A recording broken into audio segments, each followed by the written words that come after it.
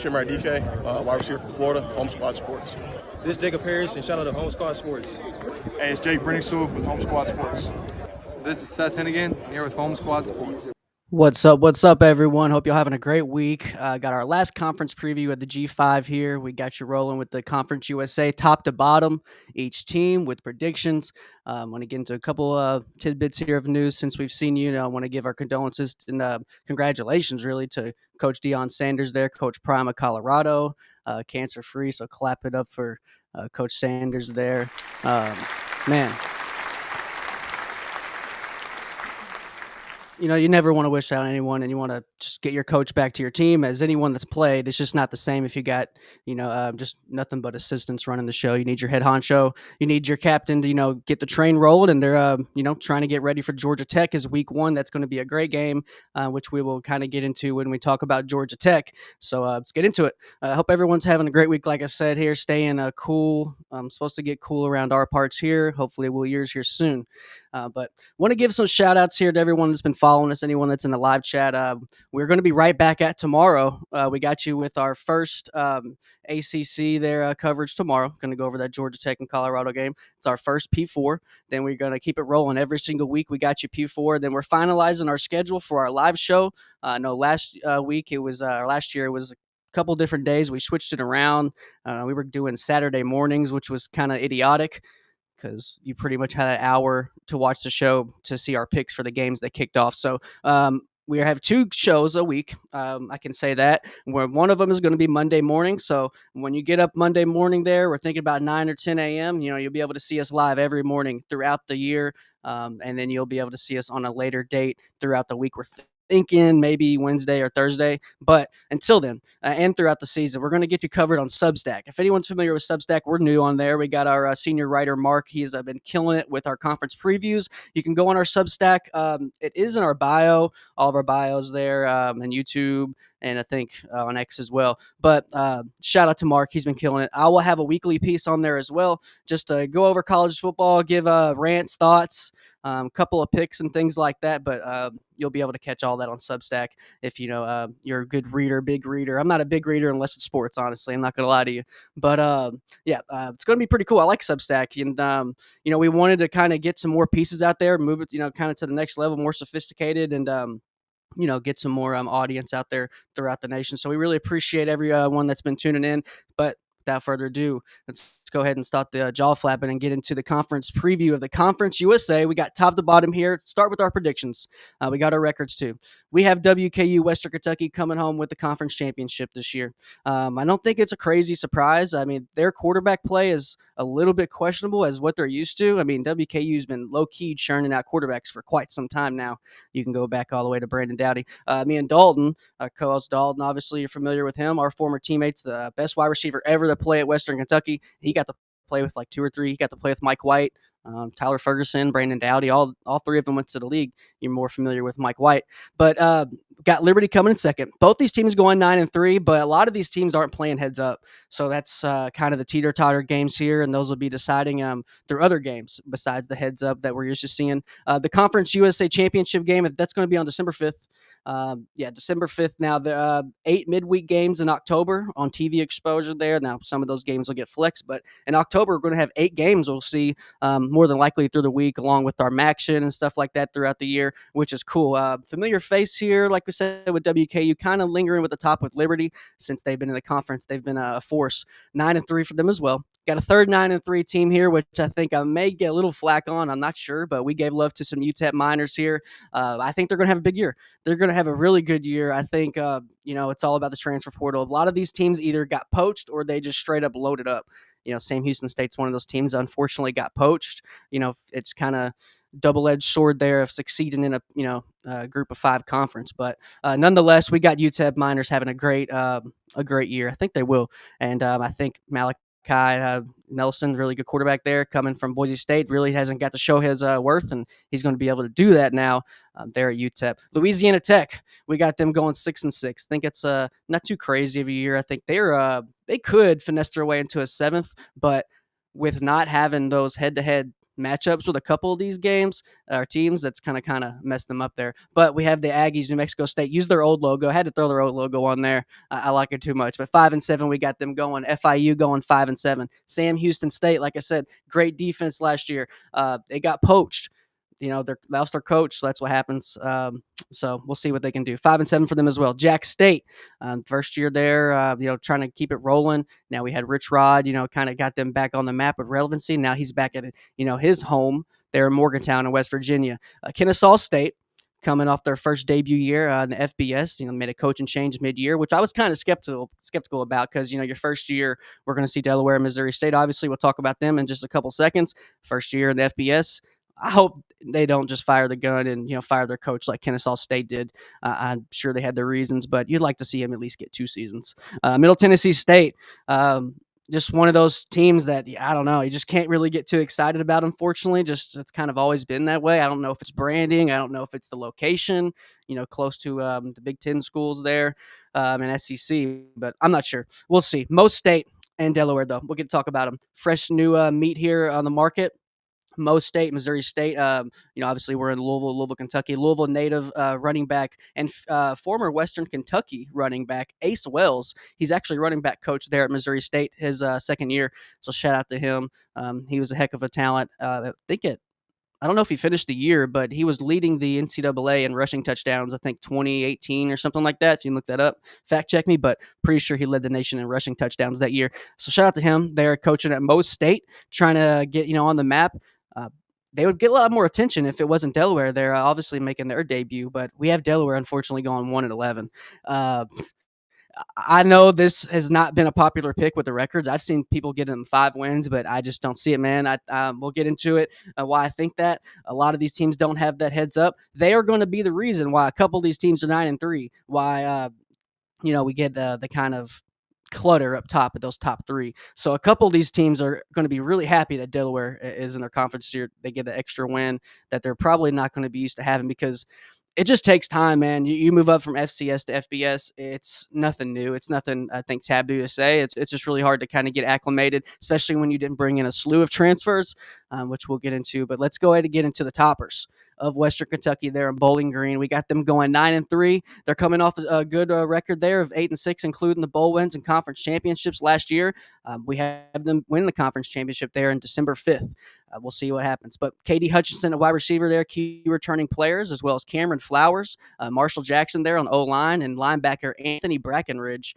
They're looking to make a name for themselves and trying to get their names on draft boards. And we'll see what happens. I'm very excited. Obviously, we got the ties. My former teammate, my wide receiver, was all-time leading receiver there, and it's their 3rd-round pick to the Titans from Western Kentucky. My quarterback went to Western Kentucky there as well. So got some great ties there back when Jeff Brom was there running the show at OC.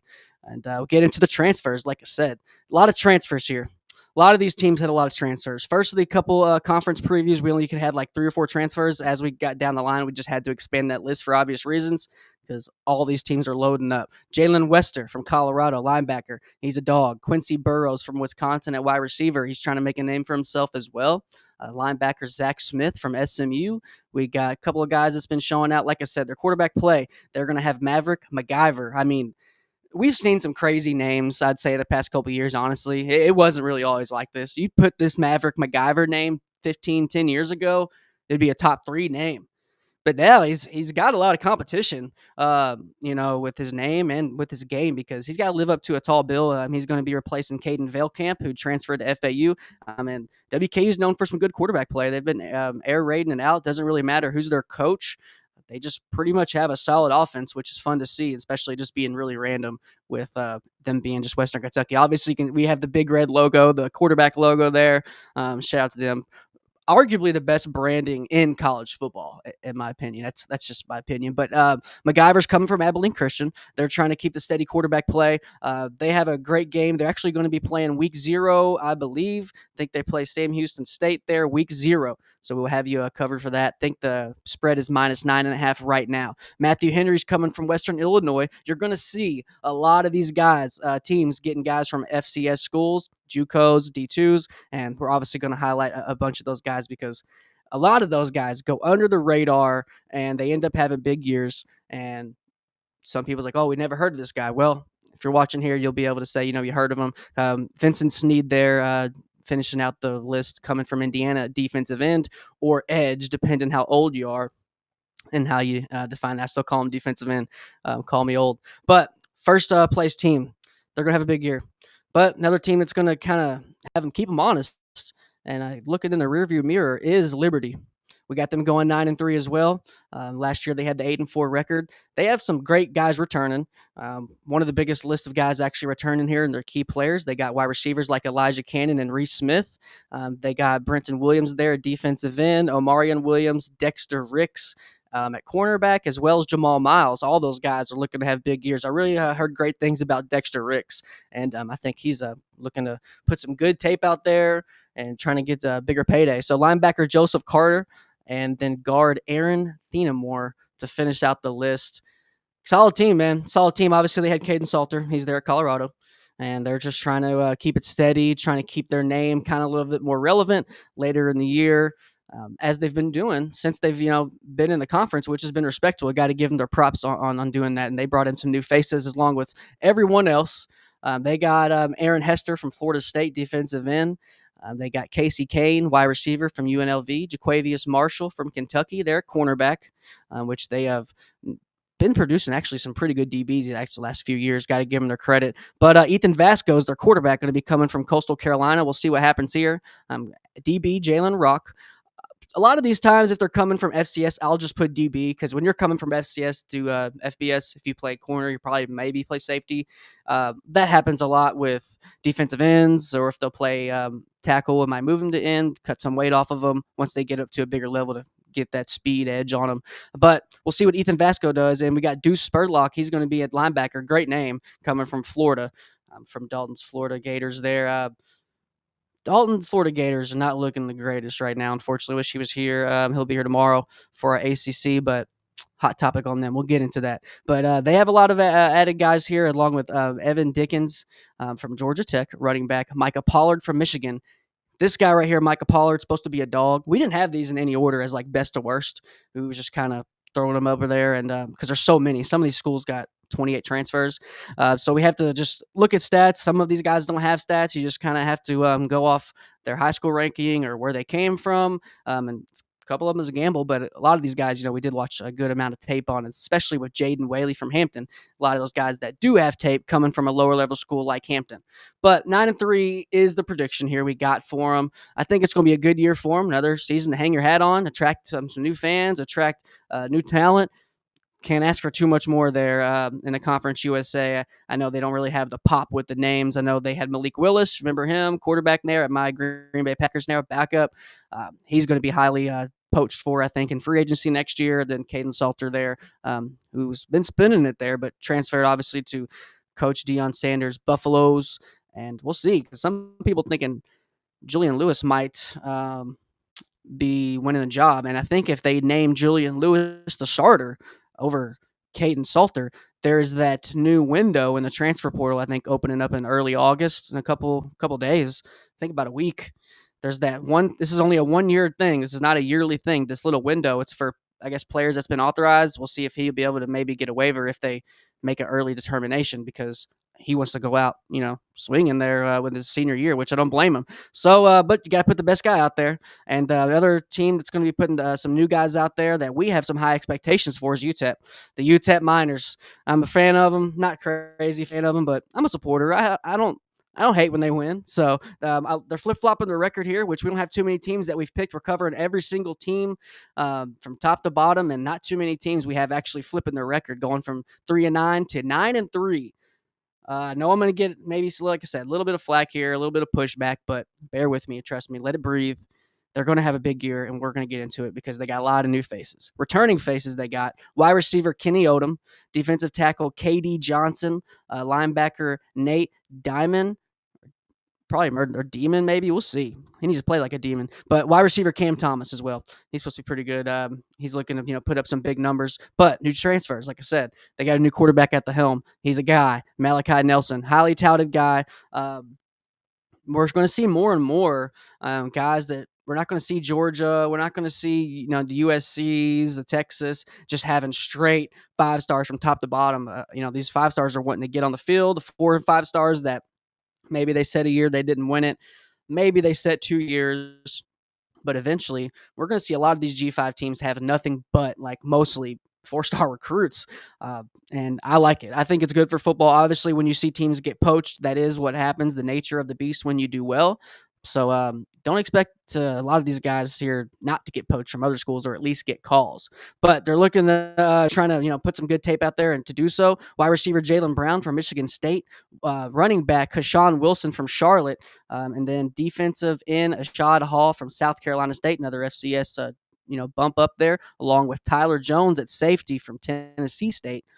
I love when FCS guys move.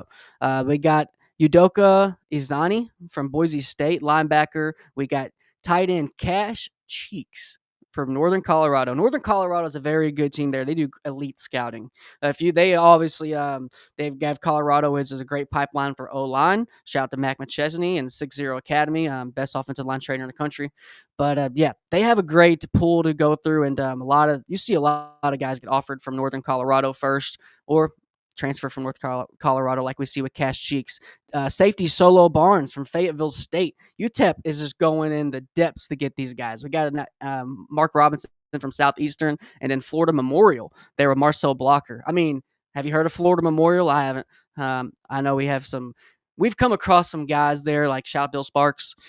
Shout out to Durst, guys who just really put in the time there and scout top to bottom, you name it, they know it. But Florida Memorial, I'm sure one of those guys know about Florida Memorial and have a good stat, especially Bill. So we'll get into the next team here. That is our first 3 teams. That's really going to be top heavy. Get you another look here, because we have 9-3 for these first 3 teams. And you might think, well, it's impossible to play out, but a lot of these teams aren't playing actually each other in heads up to kind of get those tiebreakers. And I think, like I said, Delaware is going to be a team they kind of whip up on in Missouri to kind of get that 8th win and 9th win, and to kind of get in the upper echelon to make it a crowded room and make their bid for the Conference USA Championship there December 5th. Next team we're going to get into, Louisiana Tech. We got them going 6-6.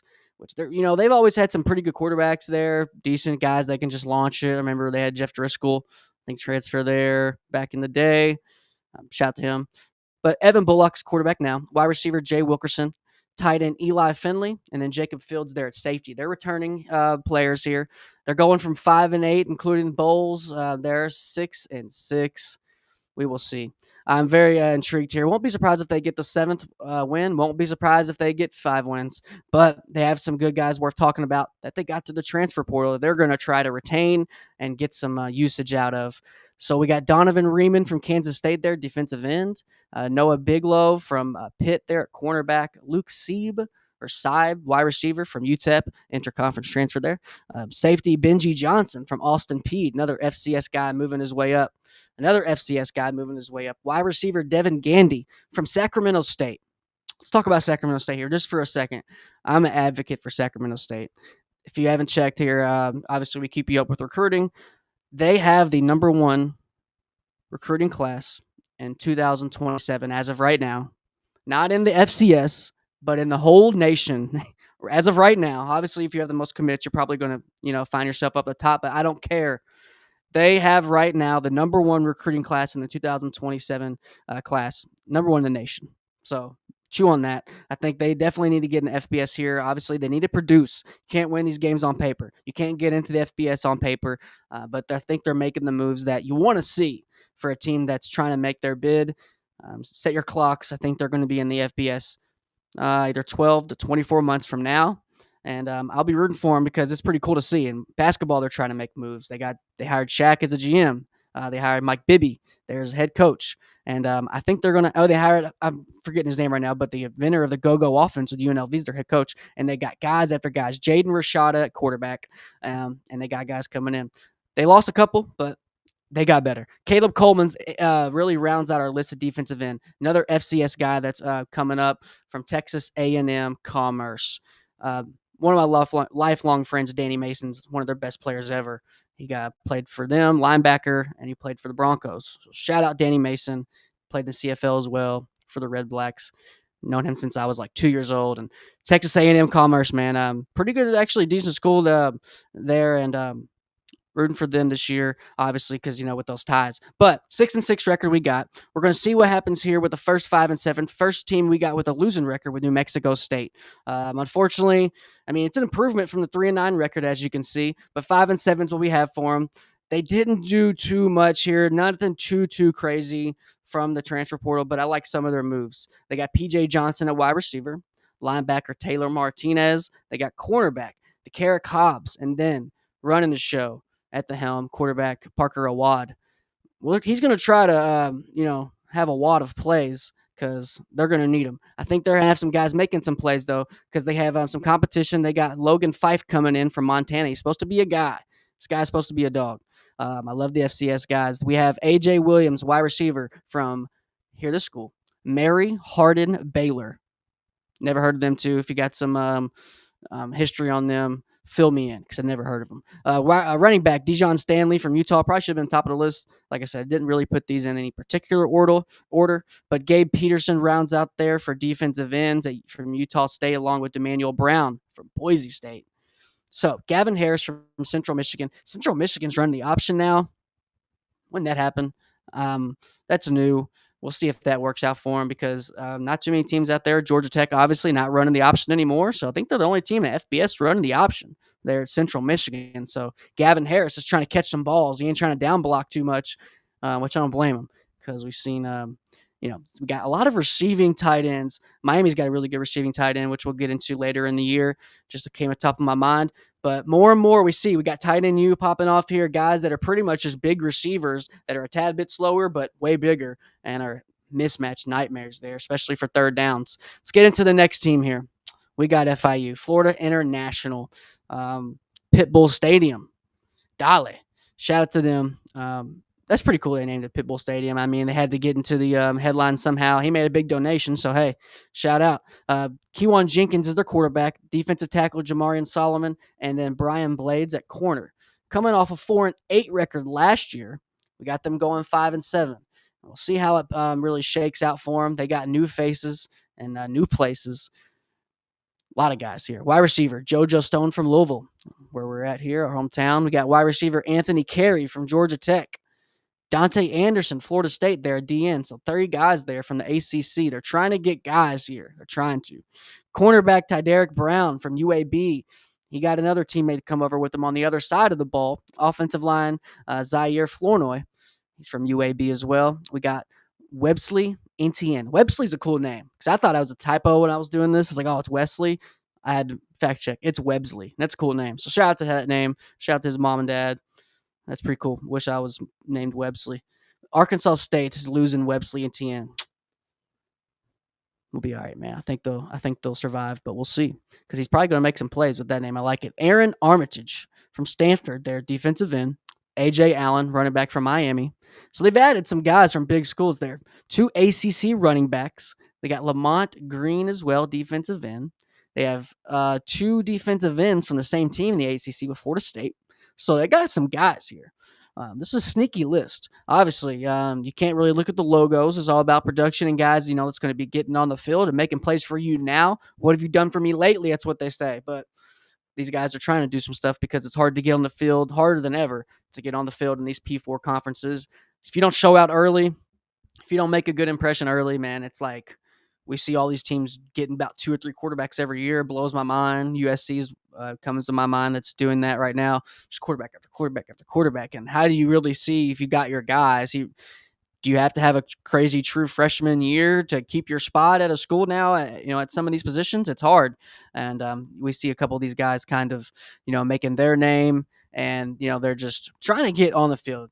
A lot of guys transfer for the wrong reasons, but not these guys. These guys transfer for the right reasons, in my opinion, for a lot of them, just trying to get on that field and, trying to make a name. We're going to have you covered here for the back half. Got a couple more for the conference. We got Sam Houston State.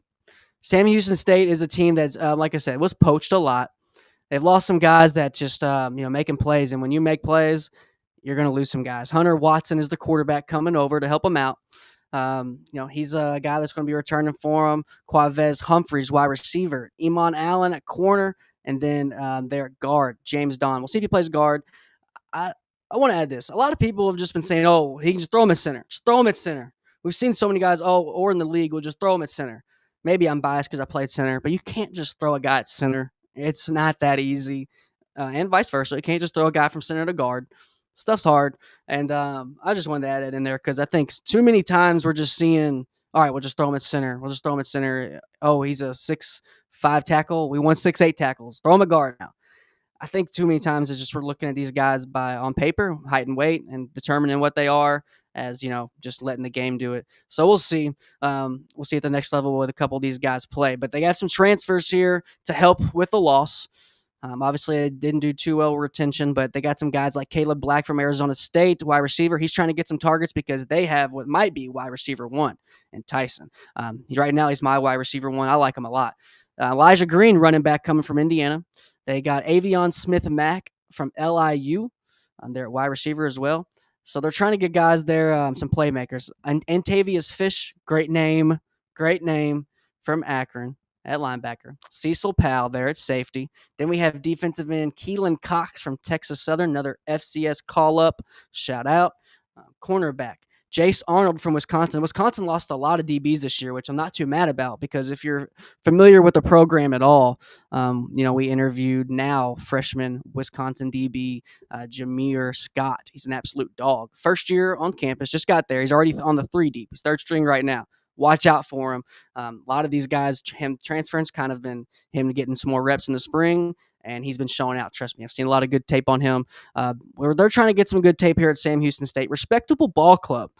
Since they've been since they've been balling here, they don't have last names on their jerseys. Is the only thing I could say bad about them. You got to throw the last names on them. Only a couple teams can really get away with that. The Notre Dames and things like that. Alabama's, I think they did it for a while, but we'll see. I'm very intrigued to see what this next team will do, though, because this is Jax State. Since they've kind of got in the FBS, they've been very, very intriguing. Offense came in really hot first couple weeks there, past couple of years, and it's kind of died down. But they gave us a lot of good football, and we got to give them their props. But get your players coached, get your coaches poached. That's what happens. And Rich Rod, he's gone. And he's trying to make a new name for himself in Morgantown. He hired some alums from West Virginia. I think he hired Pat White. He hired Noel Devine and former running back Noel Devine. I think he hired Owen Schmidt. I'm not totally sure, but we'll see. I don't think so, but I know those two for sure. Possibly the greatest quarterback ever at West Virginia, in my opinion, has to be Pat White. I know that ages me a little bit, but if Pat White would have played in today's age, oh my gosh. I mean, crazy. Him and Steve Slayton and then Devine right after was a heck of a duo. Then obviously you had Geno came in a little bit after. I guess you might throw Geno Smith, sure. But personally, I'm taking Pat White. And then anytime I think of West Virginia, I think of Chris Henry. Rest in peace, Chris Henry. So let's get into Jax State here, though. They got a guy that's going to be making some plays for him, wide receiver. They got Brock Resch Steiner. I don't know, probably marked it, but makes me think of Scott Steiner from WWE. But okay, offensive guard here, Cameron Griffin. Defensive end, Daryl Prather, and then Talon Carter, their defensive tackle. Those are returning players, and they had to add some guys because some of these guys went with Rich Rod. Some of them didn't get the call to go to Rich Rod, and they had to find somewhere else to go, which is okay. But Gavin Wimsatt's from Kentucky, quarterback there. I'm a little bit familiar with them. We'll see. But I know they hired, they got a new head coach at the helm. I know his name's slipping me, but he came from Colorado. I love Charles Kelly is their new head coach. Charles Kelly. Shout out to Charles Kelly. I love him as a DC. I'm just not crazy sold on him as a head coach. I don't know if it's personality. I don't know what it is. A lot of guys that just don't really have that. I don't know if it's it factor just to kind of command all three sides of the ball, special teams, offense, and defense. And then really from a people standpoint, you have to kind of be a CEO, handle all the personalities and stuff. Yeah, things like Nick Saban had to do. He was dealing with players, delegating a lot of his responsibilities to Lane and Kirby and all that. So you have to have a guy that's CEO-minded. We'll see if he's like that. I'm glad he at least got a shot. Deion Sanders has to get a little bit of his credit of his coaching tree here. I mean, a couple of these guys. I know Phil Lowenholt, offensive line coach last year. Now he's at Mississippi State. If you really want to count, he had the God, he had head coach at San Diego State, Sean, I think something like that. Sean Lewis. Yeah, Sean Lewis. And so it's two head coaches that have gotten jobs from him, and all of them have gotten pay raises and they're in bigger gigs. But I'm just not totally sold on him his first year. He's going to have an uphill battle. That's why we have him. They're not doing too crazy. He got only one guy from Colorado. That's the only thing that kind of scares me. Because if you're coming from Colorado, he should have brought, because Colorado got a lot of guys that left. And it just a little bit of a, I don't know, red flag, yellow flag for him to only get one transfer coming from Colorado. I don't know. We'll see. But maybe he just wanted new, fresh faces in there in his new place and do it his way, which I do respect. He's going to go down his way or he's going to win his way. Caleb Nix is coming from Clemson. They're DB at safety. Cam Cook's coming from TCU at running back to help out Gavin Wimsatt. Curtis Perry from Virginia Tech at defensive line. We got Caleb Coombs from FAU at wide receiver. Jacob Cruz, defensive end from Georgia Tech's another guy to look for. DeAndre Johnson from Rutgers is another guy as well. So they're trying to get there. I respect the effort, but just from looking at a lot of Colorado stuff with Charles Kelly, he's a good guy on the X's and O's, but just with personality, I don't know if it's going to work out there on a bigger scale, macro scale. But them in the Conference USA, let's see if they can ruin somebody's parties because we only got them, only getting 4 wins. We'll see. Kennesaw State's in their second year. Let's get into it. Second year in the FBS. Made a coaching change. So first full year with their second coach. Like I said, questionable move in my opinion, but they got Tykeem Wallace at wide receiver. They got outside linebacker Jadarion Silas, linebacker Danelius Johnson, and Mylan Jones at safety. 2-10, only improving by one game at 3-9. Unfortunately, it's a tougher conference than you think. It's top heavy this year. A lot of these teams got poached, but it's just about the Jimmies and Joes, man. It's really what it's about. None of these guys are really going too crazy just off production. A couple of these guys, like you can see, guys coming from Purdue, Miami, Memphis, Georgia Tech, but not too many bigger names. We got Dexter Williams coming from Georgia Southern, Antonio Stevens from Purdue. That's their Purdue pickup linebacker. Then we got Nikola Milovac, offensive line from South Florida. They got defensive end Marcus Patterson from Western Kentucky. Jadarius Lee, offensive lineman from FIU. Then another interconference transfer, Jordan Jackson from West Georgia, who was a great feeder school for a lot of these FBS teams. A lot of these guys coming from West Georgia throughout the years, not just this year. Alexander Ford, cornerback from Western Kentucky. Then offensive line, Brandon Best from Georgia Tech. Rounding out the list, Cody Jones, their safety from Memphis. Memphis is losing a lot of guys. They're losing the quarterback, as you can see in the intro, Seth Hennigan, our guy. He's at Jacksonville. He ain't getting cut. He's going to be on that roster. I'm telling you. Don't be surprised if you see him starting a game. Next team we got is a team that's hard to really get and jump out of your seat about, unfortunately. Middle Tennessee State. I don't know if it's the jerseys, if it's the branding, if it's, like I said, the location. I don't know what it is, but I just never really got too excited when I see this team. We got them replicating their last year's record at 3-9. They got Shakai Woods at defensive tackle, John House there at a safety returning, defensive end Anthony Bynum, and Nicholas Vadio, which that's why I saved it for last because I murked that name. We'll see what's going to happen with them. They did bring in some new faces. All these teams are bringing in faces. They're bringing in a new stadium. So they've got just approved for a new stadium. Like I said, I don't know what it is about this team. Is it branding? Is it jerseys? But like I said, I love when I see teams take a stab at it, like we're seeing Sacramento State, like we're seeing a lot of teams that just new branding, new philosophy, and they're taking a stab at it, trying to get some new recruits with their facilities. Is what you have to do in this day and age. You have to, get some good facilities there. Your guys have to love where they're at to work hard. I've heard that from so many players. I got to love where I'm at to work hard. That's a common theme with a lot of players these days. Unfortunately, you have to adapt with the times. And a lot of these players, they're not soft, honestly. I've noticed with us covering high school recruits, they want to be coached hard.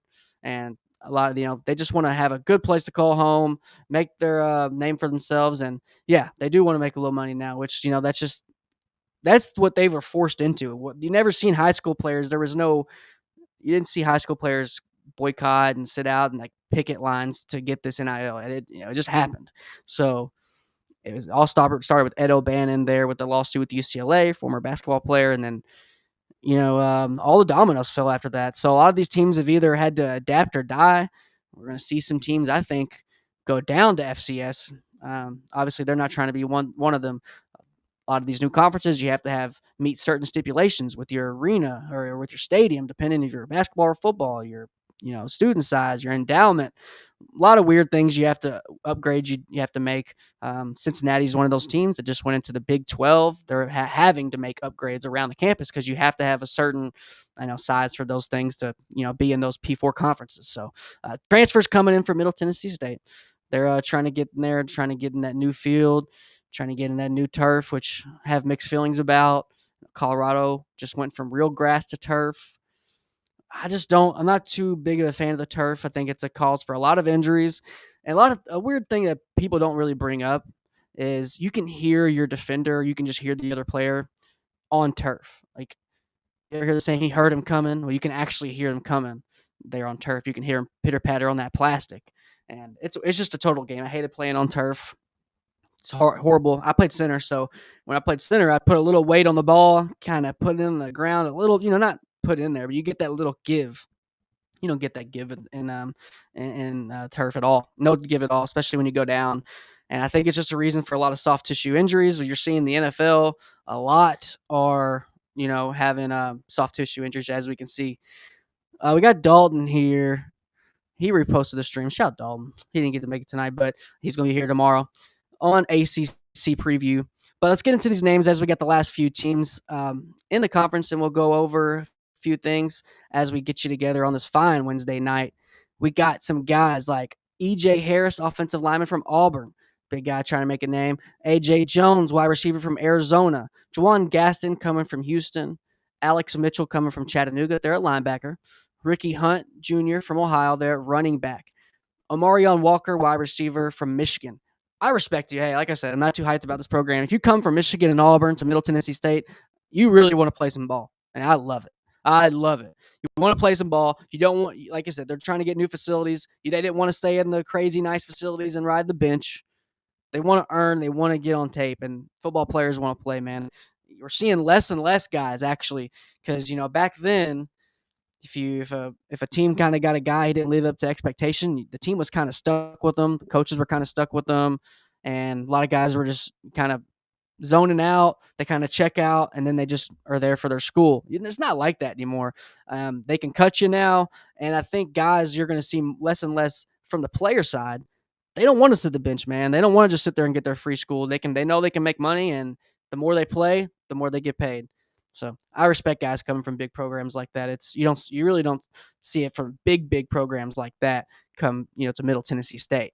But last teams here, they are a little exciting to talk about because it's their first run in FBS, first run with the big dogs, FCS, which I respect a lot of great talent there, FCS throughout the years. And, they're reaping some of the benefits, some of the top FCS from the NIL because some of these guys are getting pushed out because of roster sizes and they're having to go to these FCS programs when they, usually wouldn't. So another team, but like I said, not in the FCS. I would say in the next 5 years, we'll see probably, I don't know, 3 more teams probably enter FBS. Sac State will probably be one of them. I want to see North Dakota State pull the trigger and do it. I know recruiting's hard for them, but they obviously do it well. Some of the most elite scouting there. They just got a first rounder this year in Gray's Able. Another team I'd like maybe see, come up from FCS. It's all about facilities, really, at some point, stadium size, and just if you want to. Idaho, I'm hearing, is possibly coming back to the FBS and the Pac-12. We'll see if that happens. Those 3 teams I could see totally coming to the FBS and joining Missouri State, joining Delaware, and then like Kennesaw State as well. We'll see what conference they go to. We'll see if they're even going to be under the NCAA. I think that might change here soon. I think we're going to see a lot of teams possibly break away from the NCAA. It's going to take a big fish to do it, but I think it will happen because they're just the middleman at this point. All they do is suspend people and, over cheeseburgers and just little stuff like that. They don't go after the big stuff with the tampering. They pretty much have put it on the schools to run it, and they're supposed to be the ones running it. So what are they doing? I think they'll start seeing teams break away, especially with because TV deals is pretty much determining where teams are going. Like you said, North Carolina, if you looked in the headlines, they're trying to get to the SEC for the money, for just the TV deals. So I assume NCAA gets a cut of that TV deals. Once you get a bunch of these teams, their conference is so bloated, They're sitting on all this TV money, and they're at their cap, and they're at their NIL cap, or however they're going to do revenue share cap. I think it's $20.5 million.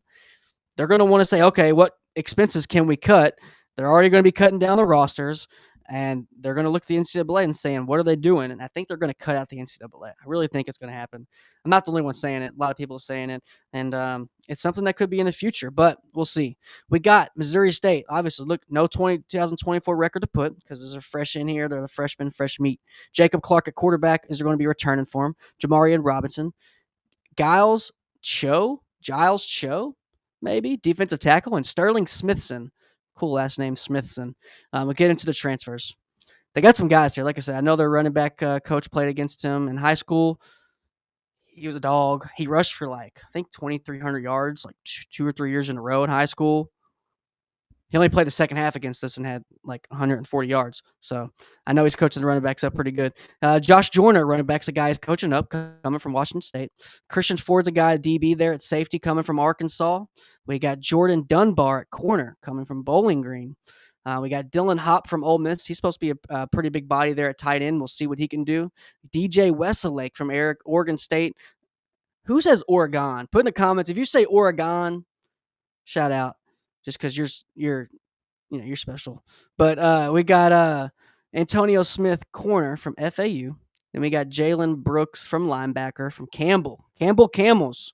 Another FCS call up here. Isaiah McMorris from Nebraska and Miles Ewell from Kansas. I like Missouri State a whole lot more than Delaware. I think that's been, pretty shown in the records. I think it's a respectable first year. We only got 3 wins, but we have guys that, have been FBS as long as we can remember, only getting 3 wins. So I think it's going to be a building year. I think they're going to have a lot of positives. I think they're going to raise some eyebrows, catch the eyes of some guys wanting to transfer there, and maybe some other coaches as well. We'll see. I really do think they could pull it together and, have a respectable program, and sooner rather than later. Delaware's got an uphill battle for them, I believe. They faced Delaware State week 1, y'all. Deshaun Jackson, his coaching debut, in-state rivalry, and they just got Sacramento State's quarterback from last year. I think he threw for 2,600 yards. So watch out. I checked all the websites there. The line's not out yet, to my knowledge, but the picks will be in, and I guarantee you, I'm probably going to have Delaware State over Delaware week 1. Call me crazy. That's where the second win did not come in. I have them losing to Delaware State week 1. They have some good transfers, and Deshaun Jackson, you just got a spark and a new energy. They have a spark and new energy as well. They both have a lot of cool stuff to play for. That's why I think, they're not going to kind of fold to, okay, this is their FBS debut, their coming out party, in-state rivalry. If we lose, they're in a higher division than us now, whatever. No, they're trying to make a name. A lot of these guys are transferring down, and Deshaun Jackson is, once you get a coach that's played, it's just different.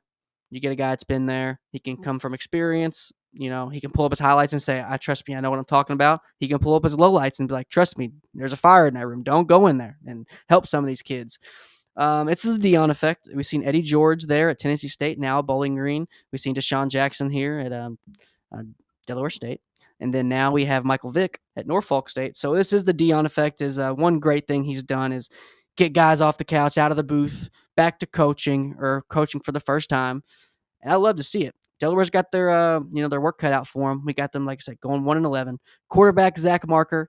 They got Jonathan Silver, Dominic Bronga, and then KTC at safety. Let's get into the transfers. I thought they would honestly get some maybe better transfers because it's being their first year. But a lot of these guys are just loading up. Noah Matthews, defensive end from Kentucky. Keontae Jenkins from Coastal Carolina there at wide receiver. Khalil Ali, safety from Boston College. Brandon Raymond from West Virginia. Riley Trio from UCF at quarterback. We'll see what he can do. I've heard some different things about him, like how he's kind of a poor man's Avery Johnson or something like that, but we'll see. Noah Rosahak is from Syracuse, offensive line. And then we have Patrick Methley from Westchester and Thomas Amenkwa from Rutgers. That's every single transfer they have. All these teams, we left out a couple because they didn't have too much production. We took the top 10, maybe top 11 out of 20 or whatever. This is all their transfers they have. That's what's concerning because a couple of these schools like, oh, okay, Kentucky, West Virginia, Syracuse, UCF, but that's all they have. That's it. Probably all these guys are going to be plug and play as they should for being their first year. We'll see with Trio, see if he'll win the job, but they have their work cut out for him, man. I really do believe it's going to be a hard year for him. I don't know. I don't not like them. They've produced decent talent in the past. Joe Flacco. I just think they shouldn't have been allowed in the FBS without changing their helmets. They have the exact same helmets as Michigan. If you're going to have the same helmets as the exact same helmets, especially with that unique design, that's cool. But you can have that in FCS. Now you're with the FBS. They should have been made to change their logo, in my opinion. Maybe I'm just hating, but it's such a unique it's such a unique helmet. And my family's from Columbus, so you would think I'd just say, steal their swag, screw Michigan, but I don't know, man. Some things you just kind of have to leave to them, especially with the plain gold helmet with Notre Dame. A couple gold helmets out there, but no just plain gold like Notre Dame. They have that specific helmet to them. There's no just a gray helmet, with the Buckeyes. They do the stickers as well still. It's just those traditions and those stuff that, I don't think you should be able to copy. But, hey, maybe they'll change it and get their own identity since they're with the big dogs now and prove us wrong because – we have them going 1-11. They could maybe get that second. Maybe they do beat Deshaun Jackson first week and just blister them and just beat him to a bloody pulp first week and have everybody ranting and raving and, they'll get an undefeated chant going after being 1-0. Maybe. But Delaware State's a tough out. A lot of these FCS schools are tough outs this year, just like they were last year. I mean, this isn't new. You got to show up and bring your lunch to these guys, which is expected because all these guys are talented. But that pretty much wraps up our Conference USA preview. We have ACC coming up next. It will be a lot more in depth. We got some predictions of top games who have the most weight to them, who have the most implications. We're going to have some overall just the best transfers out of all the teams. Then each team with their transfers have some stat leaders as well. Get some stats for you because the bigger conference we get, the more and more players we have coming over that have stats, that have film and production they're coming off from last year. So I'm really excited for that. Like I said, follow us on Substack if you really want to catch all of our articles. I will have a weekly article. We have our weekly Friday 5, if you caught that on X or on Twitter. 5 prospects every week in high school that we're going to be showcasing throughout the season every Friday. You'll be able to catch that. Last week was our first week. As the season gets on, it's harder and harder to really promote high school guys because we're going to be covering college full time. We do a lot of high school help with recruiting, helping guys get noticed and get looked at for their future homes. It's hard to do that, once we get more into the season because the first 4 or 5 weeks, you really don't get those midseason highlights till around week 6 or something. So we're trying to put 5 prospects out. We still got our list that's going to be coming out. We have our top offensive line uncommitted list that's in the works right now, as well as wide receivers. We've scouted over 400 quarterbacks this year. We got to see about 125 throw in person, Elite 11, a couple Elite 11s, and at 7-on-7s as well. Got to see Matt Ponatowski there, future quarterback Kentucky. Got to see Bryshon Brown, future quarterback at Northern Illinois, future quarterback at Duke. Y'all know Terry Walker. He made Elite 11 too. He didn't make the finals. He should have, but he's a dog. Duke's getting a guy. So a lot of guys that we've seen. We've seen a lot of guys from last year being freshmen this year. Tavian St. Clair being one of them at Ohio State, second best quarterback coming in last year. And a lot of guys that should be ranked higher. So we have a quarterback list. If you've seen that on our Twitter, on our X, it came out, I think, mid-April, late April. 25 guys, I think, all uncommitted at that time. Since then, I think 18, 19, maybe 20 have committed. So they've been coming off the board, man. Guys you may have heard of, guys you definitely haven't heard of that you're going to. And really excited for all their commitments, one after another sometimes. And recruiting's just a lot different now because they don't offer scholarships in this normal fashion as they used to. Usually you get, some offers kind of mid-season. A lot of guys will come in, go mid-season. January is real hot before signing day. But now it's like a lot of these guys got all their scholarships taken for and accounted for. Or if they don't, they're waiting to do their offers later in the season to see, what's going to happen down the line with decommits and stuff like that. So total different game from back when we played. And, from when getting recruited, from a guy who's just hyped to get mail and, less and less coaches are coming out and seeing him at schools, which that kind of sucks because that's just a different vibe when you see, the polo and the logo there in a little lunchroom or something. It's just a little different than going to the school and seeing them there at their place, which obviously, it's nice. So a lot of stuff's changed with recruiting. They don't send the emails anymore or the mail, the big old letters as much as they used to. It's mostly just DMs and stuff. So a lot of it's changed. A lot of the windows have changed. So we're going to still churn out those 5 prospects every week on Friday and then work on our list as well. But college football's here, y'all. We got Power 4 conferences. I'm very excited for everyone that's been tuning in, that's been on the ride with it. It's going to be our second season, full season at it, and we cannot wait. We have been approved for a couple college games, media credentials, which we'll announce later down the line. Pretty excited for that. We can't wait. And then we are going to 3 high school games as well that are going to be announced as down the line as well. We'll be going to Winton Woods High School. I'll say that now. We're going to Winton Woods High School August 22nd. Former Northern Illinois quarterback Bryshon Brown. He's a dog. They have a lot of guys on their team, man, that are FBS offers. So they have a lot of guys that are just going to be making a name, and we're going to be there, promoting it. You might see us at a couple of different events as well. Like I said, we are going to be at some college games. We're going to be some tailgate and stuff as well. We're going to do a big tailgate, live tailgate video, and we're going to be in Chicago next week. Me and Dalton will be in Chicago. We may do our first vlog because it's Chicago, sports town, just asking some people some questions, stuff like that. Maybe go to a game or a museum or something like that. Getting you all some content while we'll be down there as we inch closer and closer. We have to get our last little trip in, for leisure before the season starts, because in about 2 weeks, pretty much now, season started.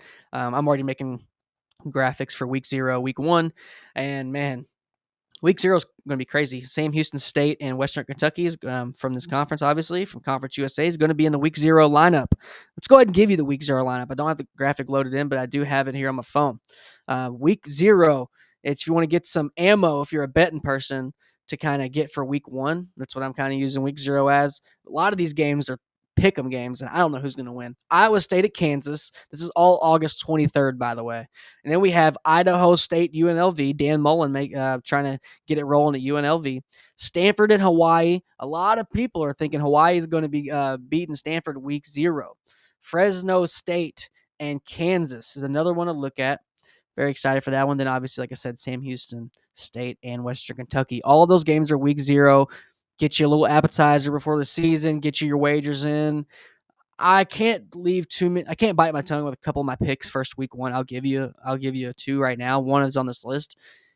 Hammer Western Kentucky, WKU, -9.5 week 1. I know interconference game to start off the season, a little bit shaky there. You never know. But like I said, Sam Houston's defense is totally rebuilt, and I think their high-octane offensive Western Kentucky will be okay, and they'll win the game. Another pick I want to give you too early.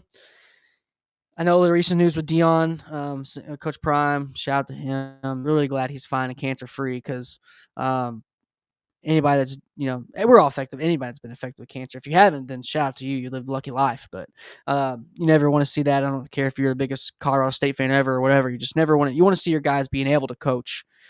And he's going to be able to do that, and we're excited. But brought up Colorado is because they have a tough week 1 battle. They're going to be facing Georgia Tech. We're going to be pretty much covering Georgia Tech tomorrow, and it's going to be a great night, and it's going to be a great game. The spread is 4 right now. They got Georgia Tech winning by 4. I don't feel less confident about the spread since the news came out and they're going to be rallying for them. I would take Georgia Tech money line. Colorado's going to have a pretty good end of the season. And then Georgia Tech's going to have to turn around and get Clemson week 3. Be on the lookout for that. That's going to be a good game. That's going to be a barn burner. Cade Klubnik's going to be looking to put his self on the Heisman candidacy, on the Heisman slip. I think everyone's probably expected him to be at least a finalist. I don't want to get too far into it, but he's really high on my quarterback list, and he's a dog. There's a big drop-off of quarterbacks this year right now. I don't like getting set in stone on my picks and my takes just because the year is about to play out, but a lot of guys that's going to be making a name for themselves, and a lot of guys that's going to be pushing their way into the Heisman consideration. Some people think Lenore Seller's going to get Heisman. Some people think it's going to be Nussmeier. Some people think it's going to be Aller. Some people think maybe Jeremiah Smith might finesse a Heisman, wide receiver. He could. He's so good. People aren't talking about Henry coming in, Chris Henry's son. next year to Ohio State. Kind of just haven't really talked about him because Jeremiah Smith's so damn good, and they have Jarnell Tate as well. People say LSU is wide receiver year, but Ohio State's giving a run for their money. We'll see if McLaurin gets that deal, former Ohio State wide receiver. But that pretty much brings it in here to our Conference USA preview, everyone. I really want to appreciate everyone that's been sticking around, sticking with us. I usually go on Thursdays throughout this offseason or when we can fit it in, but we're running out of days. We had to get this in here because we're going to turn around tomorrow, get ACC. I'll be up all night doing graphics, just like the graphics you see here.